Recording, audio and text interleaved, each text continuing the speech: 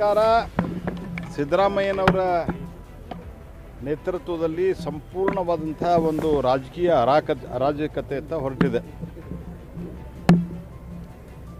ಹೆಚ್ಚು DCMಗಳನ್ನು ಸೃಷ್ಟಿ ಮಾಡಬೇಕು ಅನ್ನುವಂಥದ್ದು ಒತ್ತಾಯವನ್ನು ಮುಖ್ಯಮಂತ್ರಿಗಳು ತಮ್ಮ ಬಾಲಂಗೋಷಿಗಳಿಂದ ಮಾಡಿಸಿದರೆ,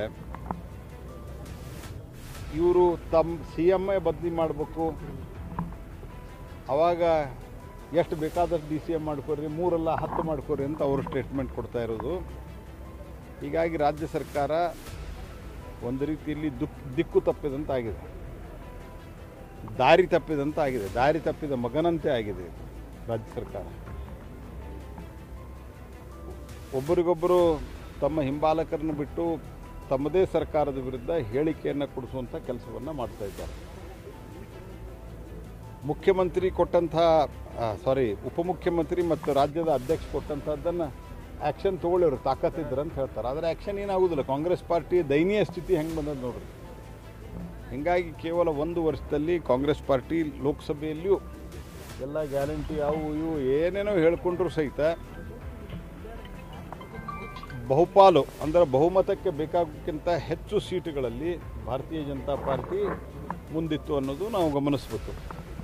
ಜನ ಕಾಂಗ್ರೆಸ್ಸಿನ ಬಗ್ಗೆ ಬೇಸತ್ತಿದ್ದಾರೆ. ಇದರ ಎಲ್ಲದರ ಪರಿಣಾಮ ರಾಜ್ಯದ ಆಡಳಿತದ ಮೇಲಾಗಿದೆ. ರಾಜ್ಯದ ಆಡಳಿತ ನಿಷ್ಕ್ರಿಯಗೊಳ್ತಾ ಇದೆ. ಸರಿಯಾದಂಥ ಮಾಹಿತಿಯನ್ನು ಅಧಿಕಾರಿಗಳಿಗೆ ನಿರ್ದೇಶನಗಳನ್ನು ಕೊಡಲಿಕ್ಕೆ ವಿಫಲರಾಗಿದ್ದಾರೆ.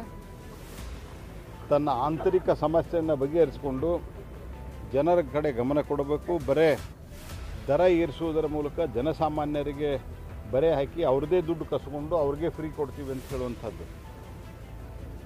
ಇತ್ತೀಚೆಗೆ ಪೆಟ್ರೋಲ್ ಡೀಸೆಲ್ ಬೆಲೆ, ಆಸ್ತಿ ನೋಂದಾವಣೆ, ಎಲೆಕ್ಟ್ರಿಸಿಟಿ ರೇಟು, ಹಾಲಿನ ದರ ಎಲ್ಲವನ್ನೂ ಏರಿಸಿ ಒಂದು ಕೈಯಿಂದ ಕೊಟ್ಟು ಇನ್ನೊಂದು ಕೈಯಿಂದ ಕಸ್ಕೊಳ್ಳುವಂಥ ಒಂದು ಸ್ಪಷ್ಟ ವ್ಯವಸ್ಥೆಯನ್ನು ರಾಜ್ಯ ಸರ್ಕಾರ ನಿರ್ಮಾಣ ಮಾಡ್ತಾಯಿದೆ. ಆಡಳಿತ ವ್ಯವಸ್ಥೆ ನಿಷ್ಕ್ರಿಯಗೊಂಡಿದೆ.